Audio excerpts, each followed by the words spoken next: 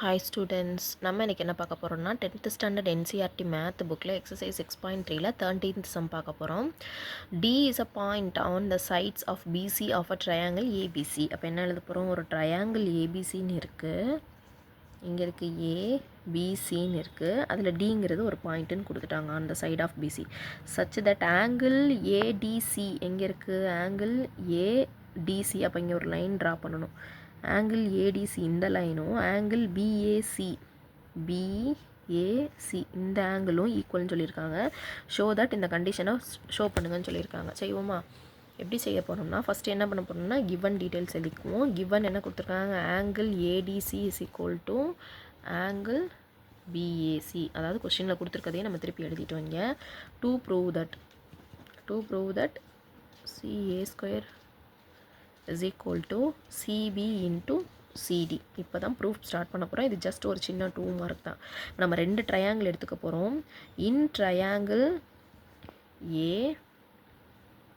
ADC and triangle BAC, அதாவது 2 triangle எடுத்துருக்கோம். இந்த ட்ரையாங்கிள் எங்கே இருக்குன்னு பாருங்கள். ட்ரையாங்கிள் ADCயும் ட்ரையாங்கிள் BACயும் இந்த 2 ட்ரையாங்கிளையும் எடுத்துகிட்டு என்னென்னலாம் இங்கே 2 ஆங்கிள் நமக்கு ஈக்குவலாக கிடைக்க போகுது. ஏன்னா இந்த 2 ட்ரையாங்கிள்லேயும் நான் சொல்கிறேன் சிங்கிறது காமன் ஆங்கிளாக கிடச்சிரும். சரியா? சிங்கிறது காமன் ஆங்கிளாக கிடச்சிரும். இந்த இடத்துல ஒரு ஆங்கிள் ஆல்ரெடி கொஸ்டின்லேயே ஈக்குவல்னு சொல்லியிருக்கிறாங்க. அதை வச்சுட்டு நம்ம எழுத போகிறோம். Angle ADC is equal to angle BAC. இது என்னது? Given detail. அதுக்கடுத்து angle C is equal to angle C. ரெண்டுமே 2 ட்ரையாங்கிளையும் வர்றது. இது வந்து என்னது? Common angle. அப்படின்னா என்ன வரும்? 2 ட்ரையாங்கிள் ஈக்குவலாக வந்துட்டாலே ஏஏ சிமிலாரிட்டி படி என்ன வந்துடும்? Triangle ஏடிசியும் similar to triangle BAC by என்னது? ஏன்னா 2 ஆங்கிள் ஈக்குவலாக வந்துருச்சு. By AA similarity. இப்போ ஏஏ சிமிலாரிட்டி படி ரேஷியோ எழுதலாமா? Corresponding parts of the similar triangle என்ன வரும்? AC divided by PC is equal to CD divided by AC. எப்படி எழுதியிருக்கேன் பாருங்கள். AC divided by PC is equal to CD divided by AC. கரெக்டாக எழுதியிருக்கேனா? அதுக்கடுத்து என்ன எழுத போகிறோம்னா இந்த இதுக்கு வேணால் ரீசன் எழுதிக்கலாம். Corresponding parts of similar triangle.